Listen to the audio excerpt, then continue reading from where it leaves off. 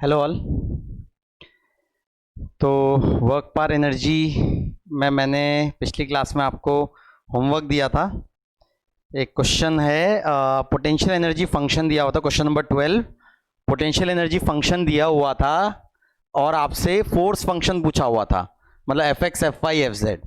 ज़रा इसका सोल्यूशन देखेंगे बेटा, बहुत स्टैंडर्ड सवाल है, इस तरीके के सवाल बहुत बार पूछे जाते हैं। तो पोटेंशियल एनर्जी फंक्शन थोड़ा सा कॉम्प्लिकेटेड है, लेकिन डरने वाली बात नहीं है। पोटेंशियल एनर्जी फंक्शन है X square into sine Y plus L N Y into E की power X plus tan Z into root X, और हमसे यहाँ एफ एक्स एफ वाई और एफ जेड पूछा हुआ था।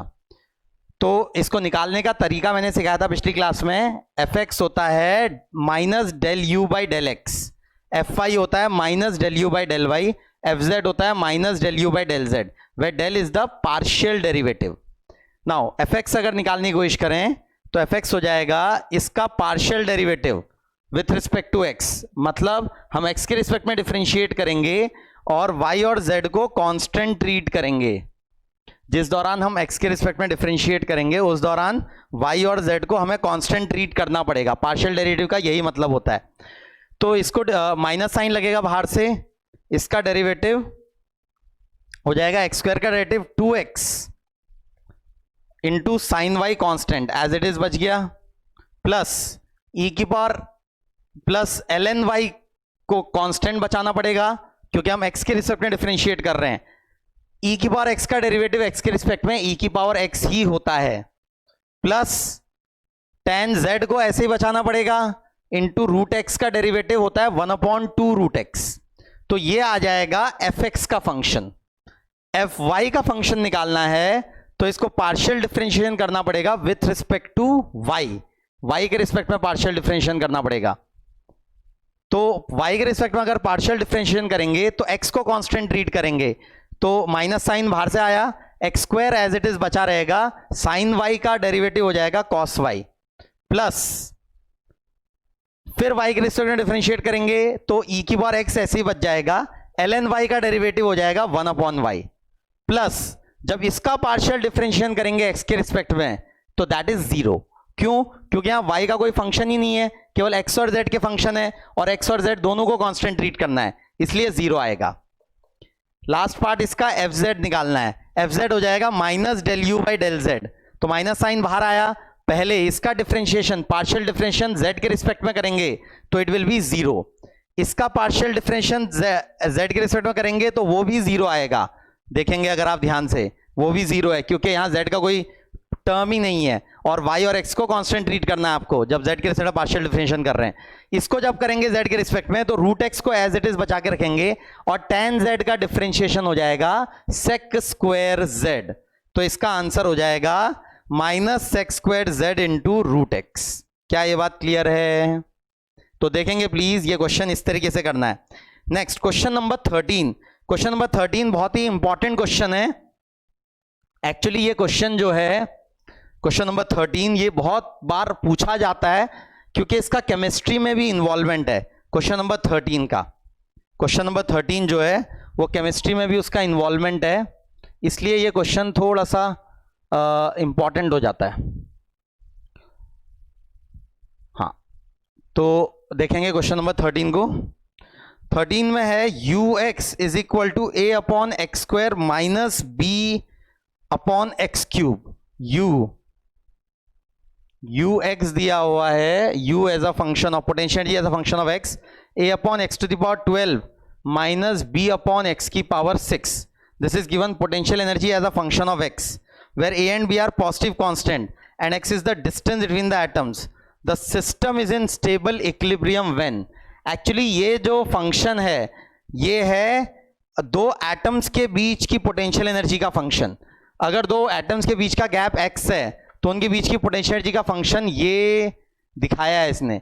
अब इसको अगर आप प्लॉट करेंगे ना बेटा, u वर्सेस x को प्लॉट करेंगे, इस फंक्शन को प्लॉट करेंगे तो ये फंक्शन का ग्राफ इस तरीके से आता है। ये आपने केमिस्ट्री में पढ़ा होगा कि दो एटम्स के बीच का सेपरेशन अगर x है तो ये इनकी पोटेंशियल एनर्जी वर्सेस x का फंक्शन आता है। पोटेंशियल एनर्जी वर्सेस x का फंक्शन इस तरीके से आता है। पोटेंशियल एनर्जी वर्सेस एक्स का फंक्शन इस तरीके से आता है कि यू वर्सेस एक्स। तो ये आपने देखा होगा मोस्ट प्रोबेबली, ये केमिस्ट्री में केमिकल बॉन्डिंग चैप्टर में हम पढ़ते हैं। केमिकल बॉन्डिंग का चैप्टर आपने पढ़ा हो अगर, तो उसमें ये डिस्टेंस जो होता है, this distance is equal to bond length. ये बॉन्ड लेंथ के बराबर का डिस्टेंस है। This distance is equal to bond length. ये बॉन्ड लेंथ के बराबर की दूरी है। तो ये अगर देखेंगे इससे ज्यादा सेपरेशन पे पार्टिकल्स के बीच अट्रैक्टिव फोर्स लगने लगती है, और इससे कम सेपरेशन पे पार्टिकल्स के बीच रिपल्सिव फोर्स लगने लगती है। मतलब इससे ये एक्चुअली अगर आप देखेंगे तो यूएक्स ग्राफ का मिनिमा है, तो यूएक्स ग्राफ के मिनिमा के करस्पॉन्डिंग जो पोजीशन होती है वो स्टेबल इक्विलिब्रियम को रिप्रेजेंट करती है। मतलब ये जो सेपरेशन है, ये इस सेपरेशन पे हमारा सिस्टम स्टेबल इक्विलिब्रियम में है। अगर इससे ज्यादा सेपरेशन आपने किया, ये x0 मान लेता हूं इसको, x0 से ज्यादा सेपरेशन किया तो पार्टिकल्स एक दूसरे को अट्रैक्ट करने लगते हैं, और x0 से कम सेपरेशन किया अगर, तो पार्टिकल एक दूसरे को रिपेल करने लगते हैं। मतलब वो वापस उसी कंडीशन की तरफ जाने की कोशिश करते हैं, x0 की तरफ। तो मतलब अगर यहां से कम सेपरेशन आपने किया तो पार्टिकल वापस x0 सेपरेशन की तरफ जाने की कोशिश करेंगे, और इससे ज्यादा सेपरेशन आपने किया तो भी पार्टिकल वापस x0 की तरफ जाने की कोशिश करेंगे। तो दोनों केसेस में पार्टिकल बॉन्ड लेंथ की तरफ जाने की कोशिश करते हैं। मतलब बॉन्ड लेंथ से ज्यादा अगर लेंथ होगी तो फिर ये एक दूसरे को अट्रैक्ट करने लगेंगे, और बॉन्ड लेंथ से कम लेंथ हो जाएगी तो एक दूसरे को रिपेल करने लगते हैं। तो ये इस तरीके से ये बॉन्ड लेंथ का यहां पर रोल होता है। तो ये u as a function of x इस तरीके का फंक्शन निकल के आता है, where x is the separation between the atoms. तो यहां पर हमें पता लगाना है what is the value of bond length. हमें बॉन्ड लेंथ की वैल्यू पता लगानी है। तो बॉन्ड लेंथ की वैल्यू पता लगाने का मतलब है the system is in stable equilibrium, पूछा है क्वेश्चन में उसने। तो वो तब होगा स्टेबल इक्विलिब्रियम में जहां पर du/dx की वैल्यू 0 होगी, क्योंकि f होता है माइनस du/dx। तो जहां पर du/dx की वैल्यू 0 होगी, that will be the condition of stable equilibrium. तो उसके लिए निकालें अगर du/dx, तो इसको डिफरेंशिएट करेंगे x के रिस्पेक्ट में, तो nx to the power n-1, nx to the power n-1 plus nx to the power n-1, ये पावर उठ के नीचे आई b/f⁴, this should be equal to 0, this should be equal to 0। तो ये 0 के बराबर है। नाउ तो ये अगर देखेंगे तो ये कैंसिल हुआ 2 जा, तो ये आया 2a/x⁴13, 2a/x⁴13 is b/x⁴7, 2a/x⁴13 is equal to b/x⁴7। तो यहां से ये कैंसिल हुआ, तो ये आया x⁴6, तो ये आ गया x⁴6 is equal to 2a/b, मतलब x is equal to 6th root of 2a/b। मतलब जब इन दोनों के बीच का सेपरेशन, दोनों एटम्स के बीच का सेपरेशन जब 6th रूट ऑफ 2a/b होगा, तो उस केस में स्टेबल इक्विलिब्रियम की कंडीशन होगी। मतलब ये डिस्टेंस, ये x0 के बराबर, तो ये इक्विलिब्रियम या स्टेबल इक्विलिब्रियम या बॉन्ड लेंथ को रिप्रेजेंट करेगा। इससे ज्यादा सेपरेशन हुआ तो पार्टिकल्स एक दूसरे को अट्रैक्ट करने लगेंगे, और इससे कम सेपरेशन हुआ तो पार्टिकल्स एक दूसरे को रिपेल करने लगेंगे। तो स्टेबल इक्विलिब्रियम, अनस्टेबल इक्विलिब्रियम, ये हमने पिछली क्लास में डिटेल में बात की थी, उसी को आगे कंटिन्यू कर रहे हैं बेटा हम यहाँ। क्वेश्चन नंबर 14 ग्राफ का क्वेश्चन है। उसमें यूएक्स ग्राफ दिया हुआ है हमको, पोटेंशियल एनर्जी वर्सेस एक्स का ग्राफ दिया हुआ है, देखें आप ध्यान से। तो यूएक्स ग्राफ कुछ इस तरीके का है, कुछ इस तरीके का है यूएक्स ग्राफ। यहां जो ड्रॉ किया हुआ है यूएक्स ग्राफ कुछ इस तरीके का ड्रॉ किया हुआ है। सॉरी आपको, हाँ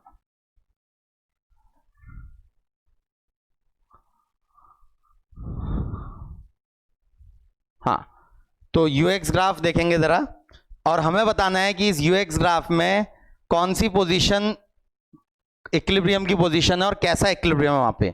तो यहां पर ये ग्राफ अगर देखेंगे तो ये ग्राफ का शेप कुछ ऐसा है। ये अगर लेफ्ट को एक्सटेंड होगा तो ऐसे करके जाता है ये, तो लेफ्ट का बना नहीं रखा है, मैं अपनी तरफ से बना के दे रहा हूं आपको, 0 से लेफ्ट हैंड साइड का भी बना के दे रहा हूं। तो ये इस तरीके से ग्राफ है। नाउ यहां पर अलग अलग पोजीशंस को नाम दिया हुआ है। ये पोजीशन का नाम ए है, ये पोजीशन का नाम बी, ये पोजीशन का नाम सी, ये डी, ये ई और ये F। तो हमें बताना है इसमें से कौन सी पोजीशन इक्विलिब्रियम की पोजीशन है इन पोजीशंस में से। तो यूएक्स ग्राफ में इक्विलिब्रियम वहां पे होता है जहां पे स्लोप जीरो होता है, मतलब जहां टेंजेंट हॉरिजॉन्टल होगा। तो यहां टेंजेंट अगर हॉरिजॉन्टल देखेंगे आप तो टेंजेंट हॉरिजॉन्टल 3 जगह पे है, एक ए को करस्पॉन्डिंग पॉइंट्स पे, सी को करस्पॉन्डिंग पोजीशन पे और ई को करस्पॉन्डिंग पोजीशन पे। तो ए सी और ई, दीज आर ए सी और ई, ये इक्विलिब्रियम की पोजीशन है बेटा। यहां पर ये बात दिखनी चाहिए आपको। अब सवाल है कौन सा इक्विलिब्रियम, मतलब किस जगह कौन सा इक्विलिब्रियम है। तो ये देखने के लिए आपको स्टेबल अनस्टेबल इक्विलिब्रियम की पहचान होनी चाहिए। तो यूएक्स ग्राफ में अगर मैक्सिमा होता है, यूएक्स ग्राफ में अगर मैक्सिमा होता है तो it represents the position of unstable equilibrium. Hill का टॉप, इसको ऐसे इमेजिन करिए, इमेजिन करने के लिए केवल कि हिल के टॉप में अगर आप बैठेंगे और हिल के टॉप से अगर आप थोड़ा सा राइट को जाएंगे, फ्रिक्शन वगैरह नहीं है, तो फिर आप वापस आएंगे, मतलब वापस हिल के टॉप की तरफ आएंगे या दूर भाग जाएंगे? तो आप दूर भाग जाएंगे, या इधर को जाएंगे तो इधर को भाग जाएंगे। तो हिल का top in U x graph represents unstable equilibrium. Valley का बॉटम, इससे यहां जाएंगे तो ये वापस आ जाएंगे यहां, या यहां जाएंगे तो भी वापस आ जाएंगे। तो वैली का बॉटम जैसे सी है, इट रिप्रेजेंट्स स्टेबल इक्विलिब्रियम। फिर हिल का टॉप वापस, इट रिप्रेजेंट्स अनस्टेबल इक्विलिब्रियम।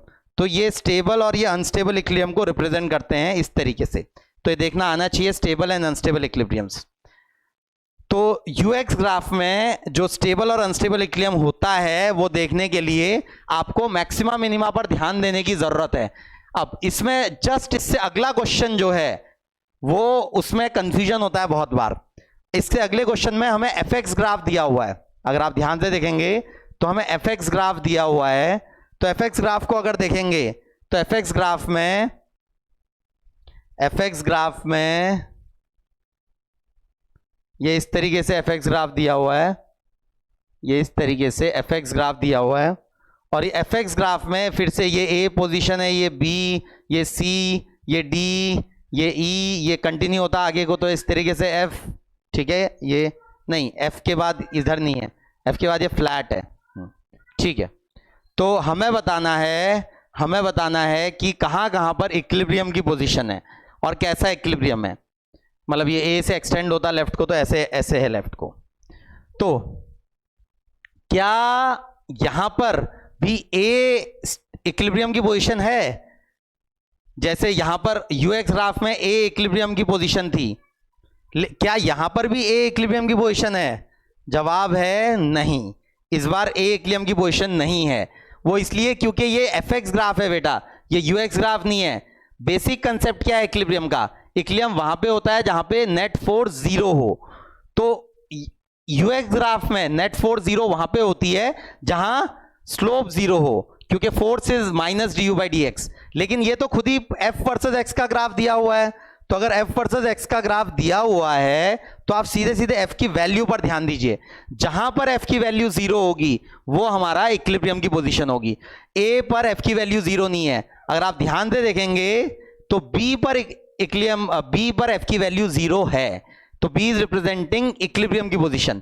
फिर से देखेंगे तो डी पर भी इक्विलिब्रियम की वैल्यू, मतलब एफ की वैल्यू जीरो है, डी पोजीशन पे भी। सी पे नहीं है, तो C is not representing equilibrium, but D and B they are representing equilibrium. फिर ई पे भी और ई से आगे हर जगह पे एफ की वैल्यू जीरो है, फोर्स की वैल्यू जीरो है, सॉरी एफ से आगे हर जगह पे फोर्स की वैल्यू जीरो है, तो इससे आगे भी इक्विलिब्रियम है। तो कैसा इक्विलिब्रियम है ये पहचानेंगे पहले, बी और डी में पहचानेंगे सबसे पहले। अब ये पहचानने के लिए थोड़ा सा दिमाग लगाएंगे बेटा। मैंने पिछली क्लास में समझाया था आपको कि स्टेबल इक्विलिब्रियम वो होता है जब पार्टिकल वापस अपनी इक्विलिब्रियम पोजीशन की तरफ आने की कोशिश करता है स्लाइड डिस्प्लेसमेंट करके। और अनस्टेबल इक्विलिब्रियम में स्लाइड डिस्प्लेसमेंट अगर किया आपने तो पार्टिकल दूर भागने की कोशिश करता है। अब ये यहां पर यूएक्स ग्राफ में तो आप हिल का टॉप वैली के बॉटम से ध्यान रख सकते हैं। यहां पर तो बेसिक कंसेप्ट लगाइए बेटा। बेसिक कंसेप्ट ये है कि यहां से थोड़ा सा राइट को डिस्प्लेस करूंगा, थोड़ा सा राइट को डिस्प्लेस करा अगर पार्टिकल, इस जगह फोर्स जीरो है, थोड़ा राइट को डिस्प्लेस किया तो फोर्स नेगेटिव है। ध्यान से देखिए बेटा, तो अगर फोर्स नेगेटिव है तो नेगेटिव फोर्स का मतलब फोर्स लेफ्ट की तरफ को लग रही है। हमारा राइट साइड पॉजिटिव डायरेक्शन होता है, मतलब डिस्प्लेसमेंट अगर राइट को किया तो फोर्स लेफ्ट की तरफ को लग रही है, और डिस्प्लेसमेंट अगर लेफ्ट को किया तो यहां फोर्स पॉजिटिव आ रही है बेटा, पॉजिटिव आ रही है मतलब राइट साइड को फोर्स लग रही है। थोड़ा सा दिमाग लगाइए, आपको दिख रहा होगा यहां पर, दिखना चाहिए बेटा यहां पर कि राइट साइड को डिस्प्लेस करने पे धक्का लेफ्ट को लग रहा है और लेफ्ट को डिस्प्लेस करने पे धक्का राइट को लग रहा है। तो ये बी की जो पोजीशन है ये किसको रिप्रेजेंट कर रही है? The position of B is representing stable equilibrium. दिख रहा है क्या? It is representing stable equilibrium. फिर पोजीशन ऑफ डी को देखिए जरा ध्यान से। अब डी को देखेंगे, डी भी इक्विलिब्रियम की पोजीशन है क्योंकि यहां पे फोर्स जीरो है, लेकिन कैसा इक्विलिब्रियम है ये जज करने के लिए हम इसको हल्का सा राइट को डिस्प्लेस करते हैं। हल्का सा राइट को डिस्प्लेस किया तो फोर्स पॉजिटिव आ रही है, मतलब ये और राइट को जा रहा है, और हल्का सा लेफ्ट को डिस्प्लेस किया तो फोर्स नेगेटिव आ रही है, मतलब ये लेफ्ट को जा रहा है। तो राइट डिस्प्लेस करने पे राइट को जा रहा है, लेफ्ट डिस्प्लेस करने पे लेफ्ट को जा रहा है। तो अगर ये देखेंगे तो D is a position of unstable equilibrium. D is a position of unstable equilibrium. D जो है वो अनस्टेबल इक्विलिब्रियम की पोजीशन है। D is a position of unstable equilibrium, क्योंकि D से अगर मैं डिस्प्लेस करवा रहा हूं तो पार्टिकल वापस नहीं आ रहा है, पार्टिकल दूर भाग जा रहा है, इसलिए D is a position of unstable equilibrium बेटा, ये देखना आना चाहिए। नाउ F को देखेंगे, F के लेफ्ट में अगर मैं कर रहा हूं तो फोर्स राइट को लग रही है। अगर F के लेफ्ट में किया, सॉरी हाँ, अगर F के लेफ्ट में किया तो फोर्स राइट को लग रही है, मतलब F अगर देखेंगे, F लेफ्ट हैंड साइड तो स्टेबल इक्विलिब्रियम है। F में लेफ्ट हैंड साइड को स्टेबल इक्विलिब्रियम है, लेकिन राइट हैंड साइड को अगर आप देखेंगे तो फिर फोर्स जीरो है, मतलब यहां पर भी फोर्स जीरो है और उसके राइट में भी फोर्स जीरो है। तो राइट हैंड साइड में अगर मैं डिस्प्लेस करता हूं तो ना तो वो वापस आ रहा है ना दूर भाग रहा है, वो जहां है वहीं का वहीं रुक जा रहा है। तो ऐसे इक्विलिब्रियम को बोला जाता है न्यूट्रल इक्विलिब्रियम। अगर याद हो आपको, this type of equilibrium is called neutral equilibrium.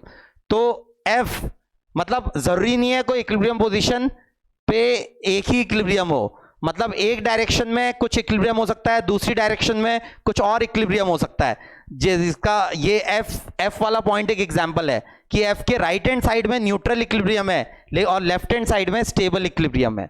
तो this is an example of कि दोनों साइड अलग अलग इक्विलिब्रियम हो सकता है, अलग अलग डायरेक्शन में इक्विलिब्रियम का नेचर अलग अलग हो सकता है। It is quite possible. तो इसलिए 15 क्वेश्चन ऐसे देखना आना चाहिए आपको। नेक्स्ट क्वेश्चन नंबर 16 में क्वेश्चन में ग्राफ का सवाल है।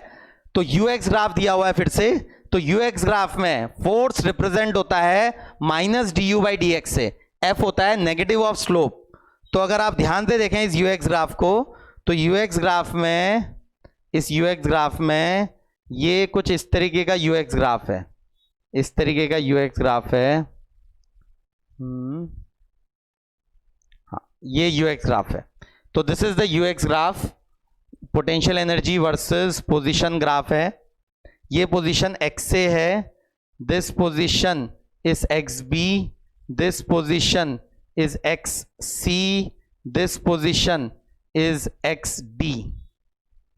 Now, so the potential energy U of a conservative force at the variable points on the x-axis is plotted as shown in the figure. Plot the variation of that force as a function of x. तो इसमें मुझे plot करने को बोल रहा है वो f versus x, f versus x plot करने को बोल रहा है। u वर्सेस x उसने प्लॉट करके दिया है, पोटेंशियल एनर्जी वर्सेस x का प्लॉट दिया है उसने, और मुझे f वर्सेस x का प्लॉट करने को बोल रहा है। तो जरा इसका प्लॉट करने की कोशिश करें, अगर f वर्सेस x का प्लॉट करने की अगर कोशिश करें, ध्यान से देखेंगे बेटा। तो xa के करस्पॉन्डिंग, तो पहले तो xa से लेकर o तक, मतलब xa से लेकर ओरिजिन तक अगर देखेंगे तो पोटेंशियल एनर्जी का ग्राफ स्ट्रेट लाइन है, ठीक हो गया, स्ट्रेट लाइन है और उसका स्लोप एक्यूट है, मतलब पॉजिटिव एक्स एक्सिस से एक्यूट एंगल बन रहा है, मतलब स्लोप पॉजिटिव है, tan थीटा पॉजिटिव है, मतलब du by D x positive है। तो अगर du by D x positive है तो फोर्स को नेगेटिव होना पड़ेगा। क्यों? क्योंकि F होता है minus D you by D x, minus D you by D x. तो XA से लेकर 0 तक फोर्स जो होगी it will B negative, negative force होगी, लेकिन उसका मैग्नीट्यूड कांस्टेंट होगा, मैग्नीट्यूड कांस्टेंट रहेगा। क्यों है मैग्नीट्यूड कांस्टेंट? यहां बेटा हर जगह स्लोप कांस्टेंट है, स्ट्रेट लाइन में हर जगह स्लोप कांस्टेंट होता है, इसलिए मैग्नीट्यूड उसका कांस्टेंट है बेटा। क्या ये बात समझ में आ रही है? नाउ ओ से लेकर एक्सबी तक ग्राफ फ्लैट है। फ्लैट ग्राफ होने का मतलब होगा कि यहां पर स्लोप जीरो है, और स्लोप जीरो होने का मतलब है फोर्स भी जीरो होगी, तो एक्सबी तक फोर्स भी जीरो होगी। ठीक हो गया? ओ से लेकर एक्सबी तक, ओ से लेकर एक्सबी तक फोर्स जीरो है। ठीक है? नाउ एक्सबी से लेकर एक्ससी तक ध्यान दीजिए, एक्सबी से लेकर एक्ससी तक फिर से ये स्ट्रेट लाइन ग्राफ है यूएक्स में, और स्ट्रेट लाइन ग्राफ मतलब एक्यूट एंगल बनना है एक्स एक्सिस से, मतलब ड्यू बाई डी एक्स की वैल्यू पॉजिटिव होना। ड्यू बाई डी एक्स की वैल्यू पॉजिटिव है लेकिन फोर्स की वैल्यू नेगेटिव होगी, क्योंकि एफ होता है minus due by D x. सही है? तो फोर्स की वैल्यू नेगेटिव होगी, एक्सबी से लेकर एक्ससी के बीच में फोर्स की वैल्यू नेगेटिव होगी। और उसका मैग्नीट्यूड पर ध्यान दीजिए, ये जो स्लोप का मतलब ये थीटा का जो मैग्नीट्यूड है टैन थीटा का, और ये टैन थीटा का जो मैग्नीट्यूड है, इसको अल्फा बोल देता हूं, इसको थीटा बोल देता हूं, तो टैन थीटा ऑब्वियसली बड़ा है टैन अल्फा से मैग्नीट्यूड में, तो इसलिए फोर्स का मैग्नीट्यूड यहां ज्यादा है। तो इसलिए अगर ये ग्राफ हमने यहां दिखाया था, तो ये ग्राफ इससे नीचे दिखाना पड़ेगा थोड़ा, क्योंकि मैग्नीट्यूड उसका ज्यादा है बेटा, इसका ये मतलब ये वाला मैग्नीट्यूड ज्यादा है फोर्स का, इसलिए थोड़ा सा इस वाले से नीचे थोड़ा ग्राफ दिखाना पड़ेगा। नाउ नेक्स्ट एक्ससी से लेकर एक्सडी तक देखेंगे। एक्ससी से लेकर एक्सडी तक ये ऑब्ट्यूस एंगल बन रहा है बेटा, और ऑब्ट्यूस एंगल बनना मतलब स्लोप का नेगेटिव होना। तो स्लोप अगर नेगेटिव है तो फोर्स को पॉजिटिव होना पड़ेगा, तो ठीक है फोर्स को पॉजिटिव होना पड़ेगा, तो ये फोर्स कुछ पॉजिटिव फोर्स होगी, कांस्टेंट होगी फोर्स। फिर एक्सडी से आगे ग्राफ वापस फ्लैट हो गया। ग्राफ अगर फ्लैट हो गया तो मतलब स्लोप जीरो है, स्लोप जीरो है मतलब फोर्स को जीरो होना पड़ेगा। यूएक्स ग्राफ का अगर स्लोप जीरो है इसका मतलब फोर्स को जीरो होना पड़ेगा। तो ये इस तरीके से देखना आना चाहिए। ठीक है? हाँ, क्वेश्चन नंबर 17 देखेंगे। A body of mass 1 kg is moving on the x-axis under the action of a force such that its variation of potential energy is given as u is equal to x minus x square. Potential energy as a function दिया हुआ है। Find its equilibrium position and tell its nature. तो equilibrium position find करने के लिए सबसे पहले हमें du by dx देखना पड़ेगा कहां पे जीरो है। तो du by dx आ गया 1 minus 2x, तो this is zero at x is equal to half. दिख रहा है हमें? अब सवाल है ये x is equal to half कैसा इक्विलिब्रियम है, स्टेबल या अनस्टेबल? तो ये पता करने के लिए हमें डबल डेरिवेटिव की मदद लेनी होगी। पिछले मैंने सिखाया था। तो डबल डेरिवेटिव आ रहा है -2। अगर डबल डेरिवेटिव नेगेटिव निकल के आ रहा है इसका मतलब यूएक्स ग्राफ का शेप क्राइंग फेस कर्व होगा, और अगर क्राइंग फेस कर्व होगा इसका मतलब ये जो पोजीशन होगी अनस्टेबल इक्विलिब्रियम की पोजीशन होगी। हिल के टॉप को करस्पॉन्डिंग पोजीशन अनस्टेबल इक्विलिब्रियम को रिप्रेजेंट करती है। तो d2u by dx2 is equal to negative निकल के आ रहा है, तो x is equal to half पे इक्विलिब्रियम है एक तरीके से, and it is unstable equilibrium. ये इस तरीके से हम पहचान सकते हैं। दूसरा इसमें है velocity at equilibrium position if its velocity at origin is 2 metre per second. तो यहां पर अगर आप ध्यान से देखें इसका ग्राफ u वर्सेस x का ग्राफ अगर प्लॉट करेंगे आप, तो x माइनस एक्स स्क्वायर, तो x इक्वल टू 0 इसका रूट है, x इक्वल टू 1 इसका रूट है, और ये इस तरीके से आएगा, इस तरीके से ये ग्राफ निकल के आएगा concave downward. x equal to half पे इक्विलिब्रियम है, और x इज इक्वल टू 0 और 1 पे पोटेंशियल एनर्जी 0 है। नाउ तो यहां पर अगर देखेंगे 1 kg mass moves from point find velocity at equilibrium position if its velocity at origin is 2 metre per second. यहां पर ओरिजिन पे 2 मीटर पर सेकेंड पूछी है, तो यहां पर क्या वेलोसिटी होगी ये हमको बतानी है। अब यहां पर केवल ये इंफॉर्मेशन दी है हमको कि पोटेंशियल एनर्जी का फंक्शन दिया हुआ है। केवल पोटेंशियल एनर्जी का अगर फंक्शन दिया है तो हम एज्यूम करेंगे कि और कोई फोर्स वर्क नहीं कर रही है, मतलब केवल यही फोर्स वर्क कर रही है जो कंजर्वेटिव फोर्स लग रही है।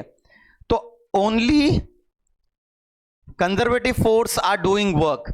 तो अगर केवल कंजर्वेटिव फोर्स वर्क कर रही है, only conservative force are doing work, केवल कंजर्वेटिव फोर्स अगर वर्क कर रही हैं, तो यहां पर जो इक्वेशन हम यूज कर सकते हैं वो initial potential energy plus initial kinetic energy is final potential energy plus final kinetic energy. तो ui plus K i is equal to U f plus K f. तो ये हम इक्वेशन लगा सकते हैं, मतलब ये हो जाएगा u0 plus k0 is equal to u half plus k half. u0 plus k0 is equal to u half plus k half. ये इक्वेशन हम अप्लाई कर सकते हैं। तो u0 की वैल्यू देखेंगे तो 0 है, प्लस k0 हो जाएगा हाफ m की वैल्यू उसने 1 दे रखी है, मास 1 kg दिया हुआ है क्वेश्चन में, तो half 1 into 2 square 4 is equal to u half हो जाएगा। अगर हाफ पुट करेंगे यहां तो ये आ जाएगा 1/2 minus 1/4 plus half m into V square. तो ये अगर देखेंगे तो इक्वेशन आ रही है 4/2 is equal to 1/2 plus V square by 2। तो ये कैंसिल हुआ तो V square is coming 4 minus 1 which is 3, so V is coming equal to √3। तो वी जो है √3 के बराबर निकल के आ रहा है, मतलब इस जगह स्पीड जो हो जाएगी वो √3 मीटर पर सेकेंड हो जाएगी। तो ये क्वेश्चन इस तरीके से करना है। इस क्वेश्चन में हम ये सीख रहे हैं एक बात की, अगर कोई इंफॉर्मेशन ना दी हो तो फिर हम एज्यूम करेंगे कि केवल ये कंजर्वेटिव फोर्स ही वर्क कर रही है, तब हम मैकेनिकल एनर्जी कंजर्वेशन की इक्वेशन अप्लाई कर सकते हैं। नेक्स्ट इसी तरीके का सवाल है क्वेश्चन नंबर 18 देखेंगे बेटा जरा। 18 में a 1 kg mass moves from point 0,0 to 1,0 its speed at b। तो ये 0,0 से 1,0 मूव करता है, इट्स स्पीड एट b, ये a पॉइंट है और ये b पॉइंट है। Its speed at b is 5 metre per second, यहां उसकी स्पीड दी हुई है 5 metre per second. If u is equal to 2 minus X square and an external agent, एक एक्सटर्नल एजेंट वर्क कर रहा है and work done by an external agent 2 joule दिया हुआ है, find the initial speed of the body. Initial speed मतलब यहां की स्पीड निकालनी है, 0 की स्पीड निकालनी है हमको। 1,0 पे स्पीड दी हुई है, तो देखेंगे अच्छा सवाल है। अब यहां पर क्या है, एक दूसरी फोर्स भी दी हुई है, एक्स्ट्रा फोर्स है एक, मतलब जो पोटेंशियल एनर्जी फंक्शन दिया है, मतलब एक कंजर्वेटिव फोर्स वर्क कर रही है, साथ में एक दूसरी फोर्स भी वर्क कर रही है। तो यहां पर हम straight away mechanical energy conservation नहीं लगा सकते, तो यहां हम वर्क एनर्जी थ्योरम लगाएंगे। तो work done bye all forces होता है के फाइनल माइनस के इनिशियल। अब work done bye all forces में आएगा work done by conservative forces plus work done bye all other forces, external force या जो भी है, इज इक्वल टू के final minus K initial. Usually ये work done by external force 0 लेते थे हम, जैसे पिछले क्वेश्चन में 0 था, लेकिन इस क्वेश्चन में दिया हुआ है तो आप 0 नहीं ले सकते। Now work done by conservative force can be written as negative of change in potential energy, इसको negative of change in potential energy लिख सकते हैं, plus work done by external agent is K final minus K initial. Now इसको अगर इधर लाएंगे initial वाले को, तो ये आ जाएगा ui plus K i plus work done by external agent is equal to uf plus K f. ये हमारी इक्वेशन आ जाएगी। अगर work done by external agent 0 होता तो उस केस में ये मैकेनिकल एनर्जी कंजर्वेशन की इक्वेशन बन जाती, ui plus K i is equal to uf plus K f. लेकिन फिलहाल एक्सटर्नल एजेंट भी कुछ वर्क कर रहा है, तो अभी इसको 0 नहीं लेना है, तो 0 से 1 तक जा रहा है, तो ये हो जाएगा u0 plus k0, u0 plus k0 plus work done by external agent is equal to u1 plus k1। तो u0 0 डालेंगे अगर u की जगह, तो ये आएगा 2 प्लस k0 है half m into V square, m की वैल्यू 1 दे रखी है, V square plus work done by external agent, work done by external agent जो है वो हमें दिया है 2 joule, is equal to final potential energy 1 अगर डालेंगे यहां तो 1 पे पोटेंशियल एनर्जी हो जाएगी 2 माइनस 1 का square is 1 plus kinetic energy वहां पर हो जाएगी हाफ 1 इंटू 5 स्क्वायर, वहां स्पीड दी हुई है हमको क्वेश्चन में। अब इसको अगर सॉल्व करें तो यह आ गया 2 plus 2 4 plus V square by 2 is equal to 1 plus 25/2। तो यहां पर अगर देखेंगे ध्यान से तो ये क्या निकल के आ रहा है, V square by 2 is equal to 25/2 minus 3, 25 minus 6, यह आ गया 19/2। तो v की वैल्यू आ रही है √19 मीटर पर सेकेंड। तो मतलब इस जगह जो स्पीड थी वो √19 मीटर पर सेकेंड थी, √19 मीटर पर सेकेंड थी इस जगह की स्पीड। हाँ, चेक कर लेंगे एक बार कि कैलकुलेशन हमने सही की है। तो यहां से यहां जाने में एक्सटर्नल एजेंट भी वर्क कर रहा है और साथ में कंजर्वेटिव फोर्स का भी वर्क हो रहा है। कंजर्वेटिव फोर्स का वर्क पोटेंशियल एनर्जी के अंदर इन्वॉल्व है एक तरीके से। तो यहां पर ये जो होगी इक्वेशन, ये हमारी एनर्जी कंजर्वेशन की इक्वेशन है। ui plus K i plus work done by external agent is uf plus K f. तो यहां पर देखेंगे तो u0 इज 2 सही है, प्लस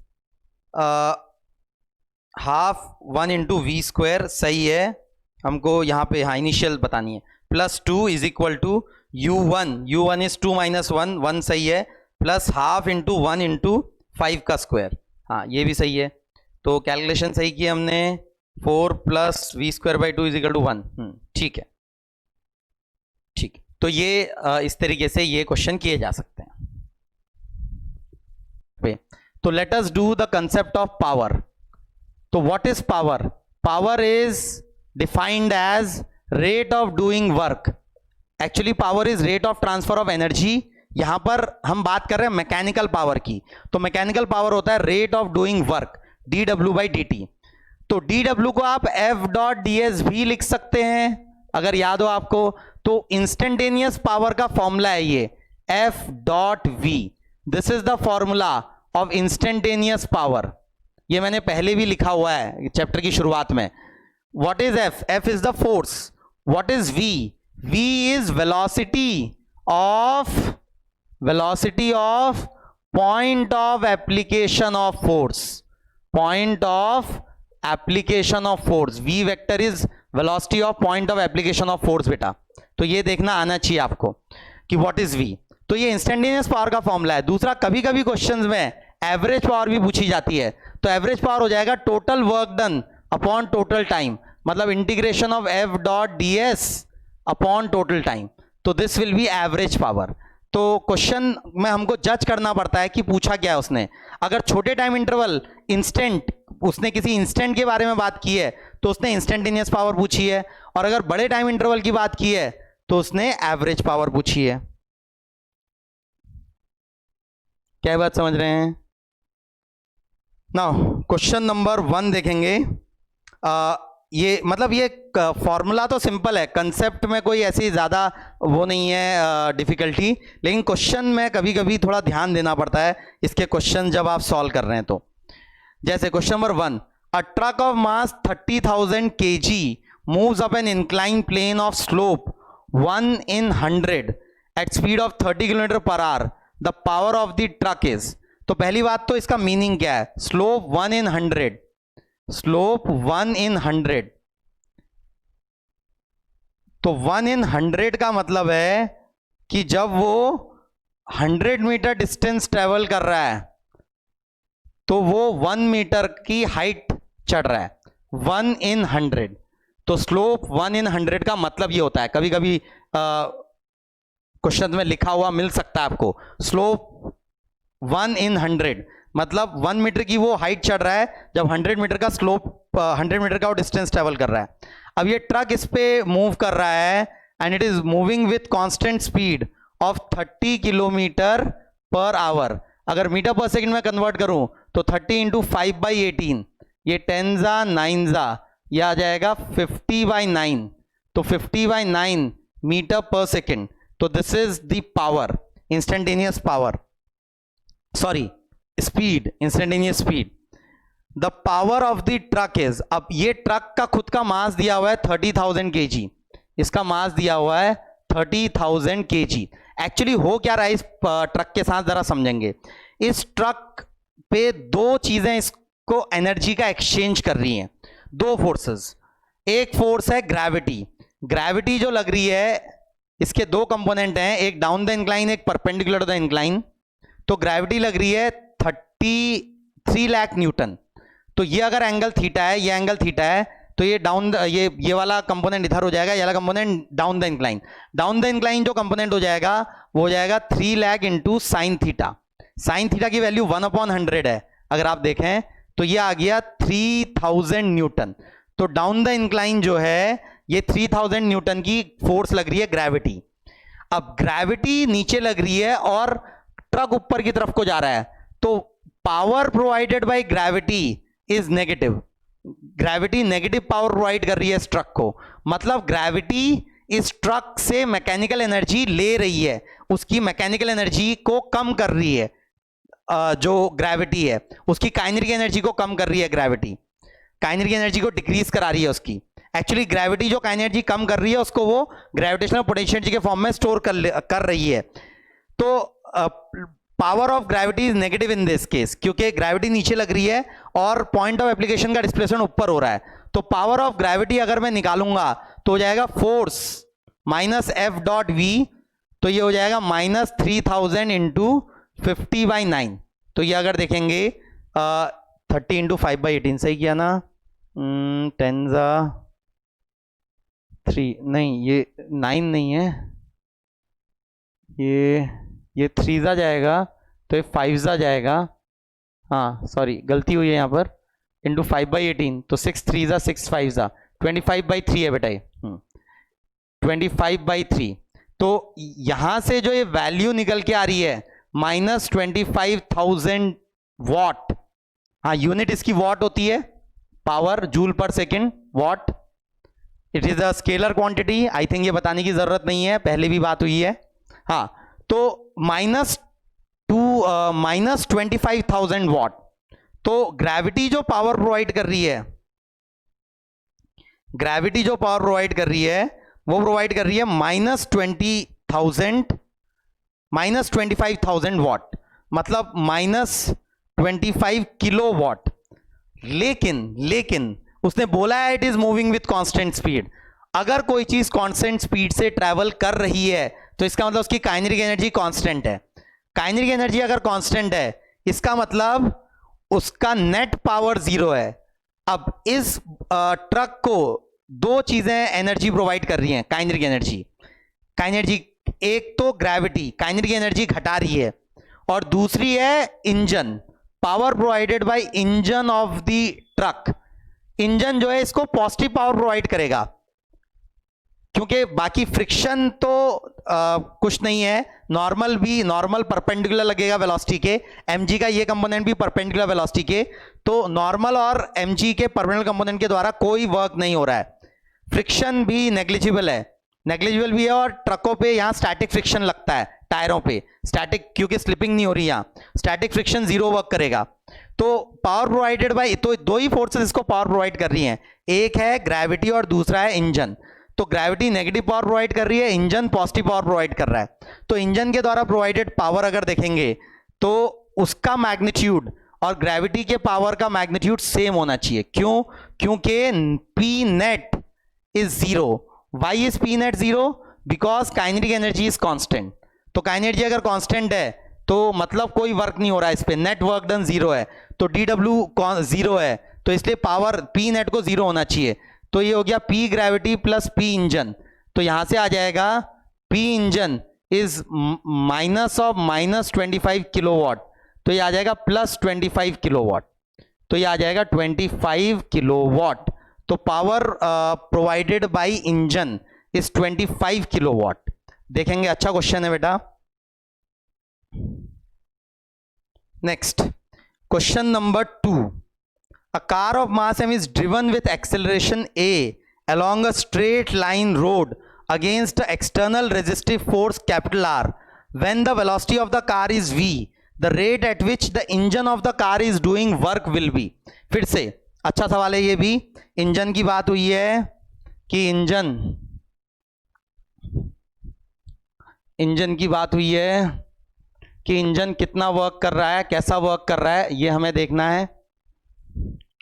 हाँ, तो सेकंड क्वेश्चन, गाड़ी है, गाड़ी रोड पे ट्रेवल कर रही है और उस पर एक रेजिस्टेंस, एयर रेजिस्टेंस की फोर्स लग रही है R, और गाड़ी की इस मोमेंट पे स्पीड है v। और उसमें एक्सेलरेशन भी है a, तो एक्सेलरेशन a भी है उसमें, ठीक हो गया। The rate at which engine of the car is doing work will be, तो इंजन, हाँ, तो इसका जो P नेट हो जाएगा, P नेट, नेट पावर जो हो जाएगी, P नेट जो हो जाएगी, it will B dw by dt, dw by dt, जो कि हो जाएगा dw की जगह dk लिखा जा सकता है, तो हाफ mv स्क्वायर, मतलब dk मतलब dw is equal to dk, और काइनेटिक एनर्जी जो होती है वो होती है हाफ mv स्क्वायर, तो dk की जगह लिख सकते हैं mv dv, क्योंकि v स्क्वायर का डेरिवेटिव 2v dv आ जाएगा बाई dt, मतलब तो dk की जगह लिख सकते हैं mv dv by dt।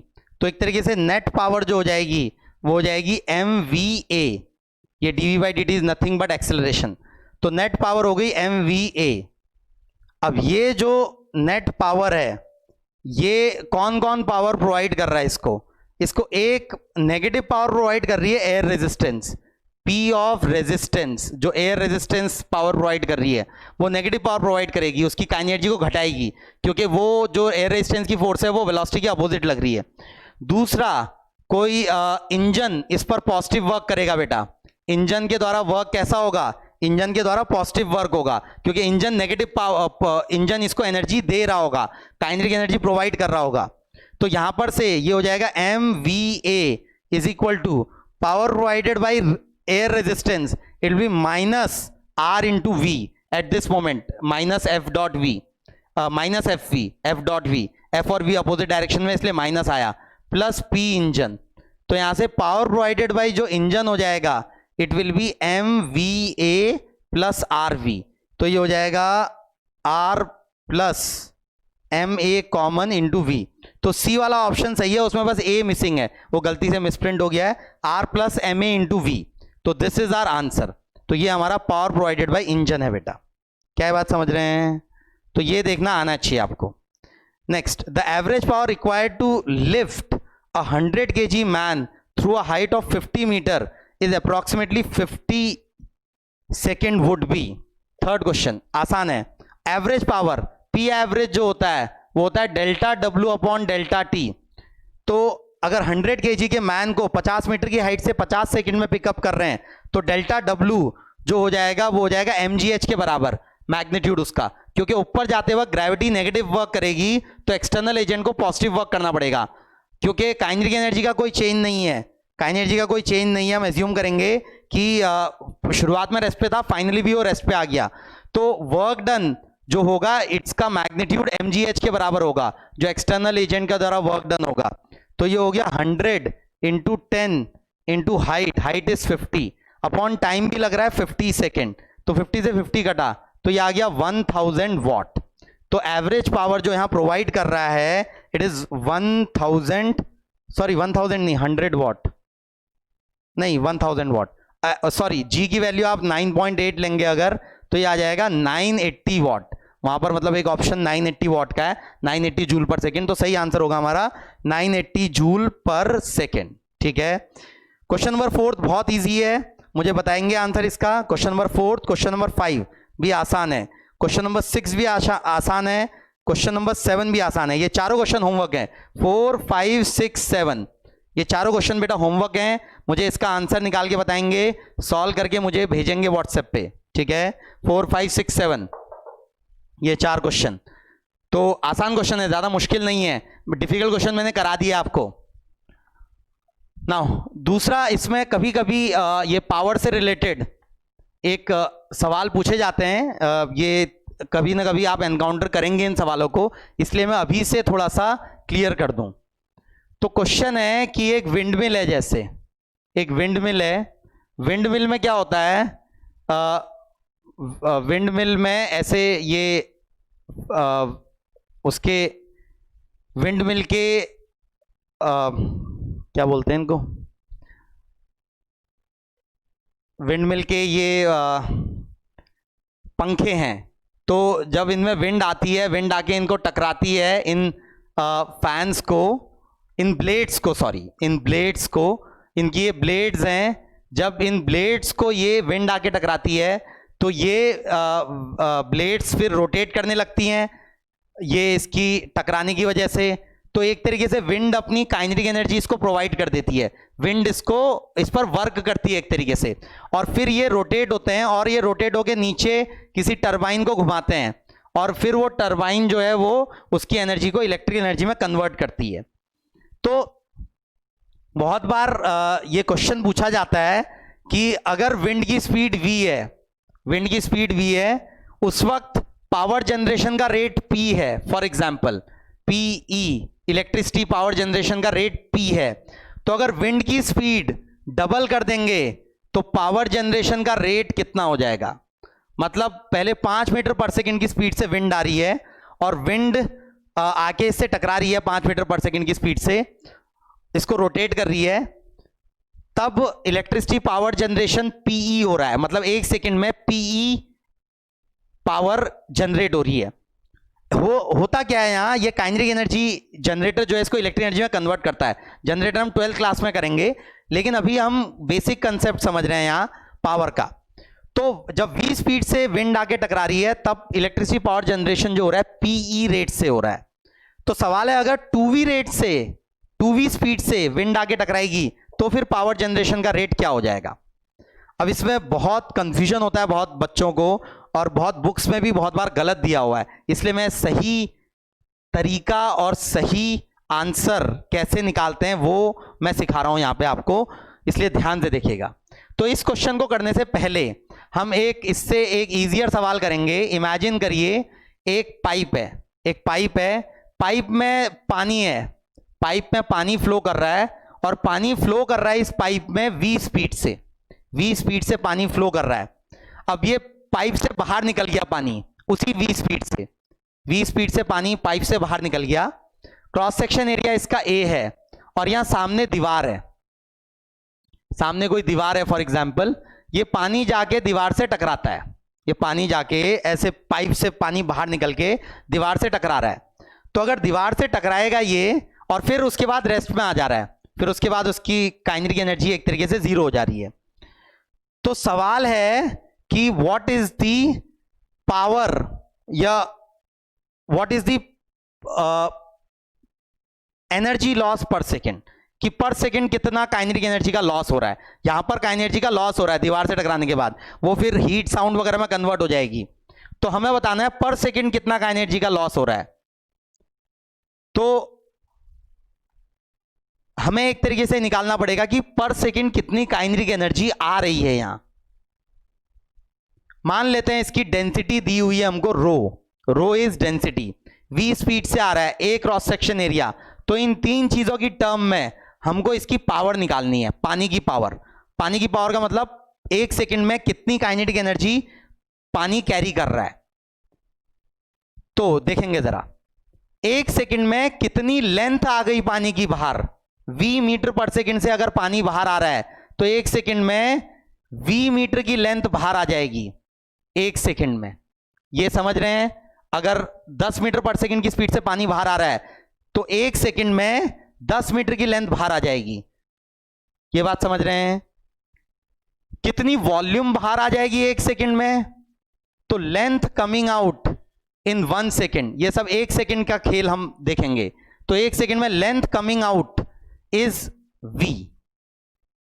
1 second में volume coming out will be a into v। क्या बात समझ रहे हैं? Area into distance. Mass coming out in 1 second will be equal to density into volume. Density होता है मास अपॉन वॉल्यूम, मास हो जाएगा डेंसिटी इंटू वॉल्यूम। तो rho A v, this is mass coming out in 1 second. So kinetic energy coming out in 1 second, kinetic energy coming out in 1 second, that will be half into mass coming out in 1 second into v square. Mass coming out in 1 second into v square. तो kinetic energy coming out in 1 second is इतना। Kinetic energy coming out in 1 second is rho A V cube by 2। क्या ये बात समझ रहे हैं?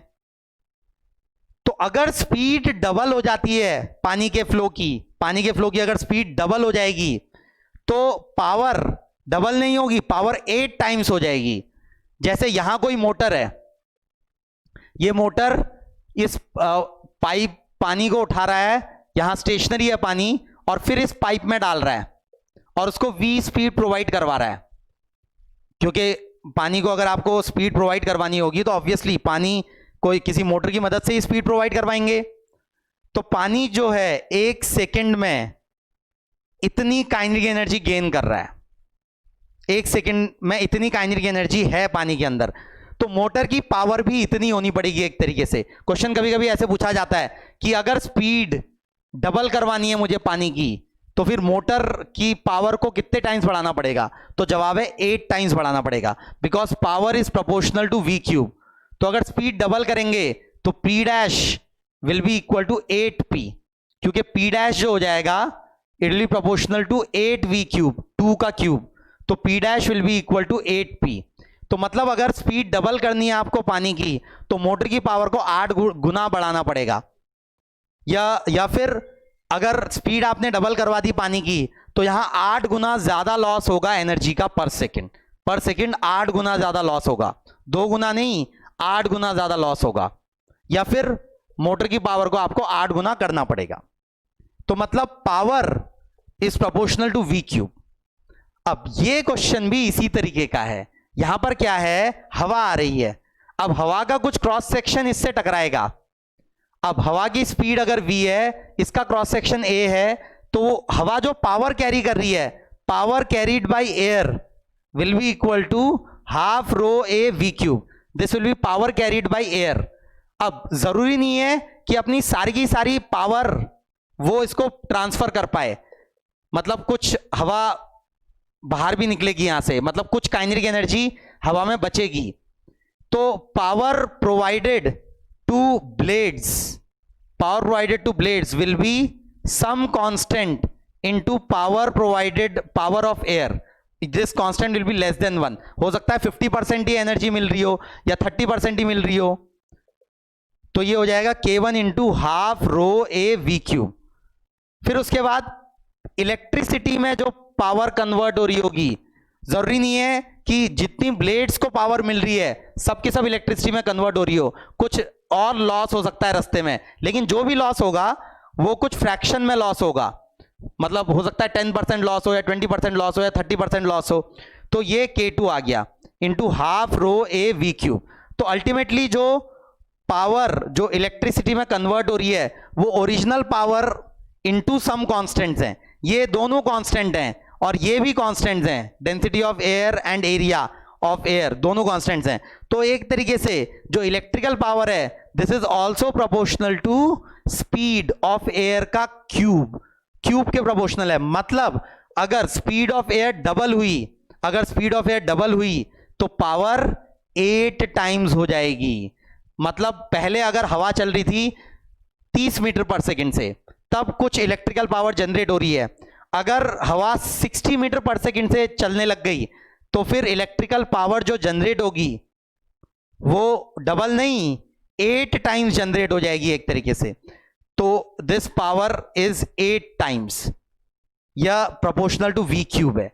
तो ये कंसेप्ट है बेटा एक छोटा सा, कभी कभी इस पर क्वेश्चन पूछे जाते हैं तो इसलिए ये ध्यान रखेंगे, इसमें गलतियां होती है बहुत ज्यादा, इसलिए मैंने स्पेशली कराया आपको। ठीक है, चलिए, तो ये हमारा थियरी, नॉर्मल थियरी यहाँ खत्म हुआ।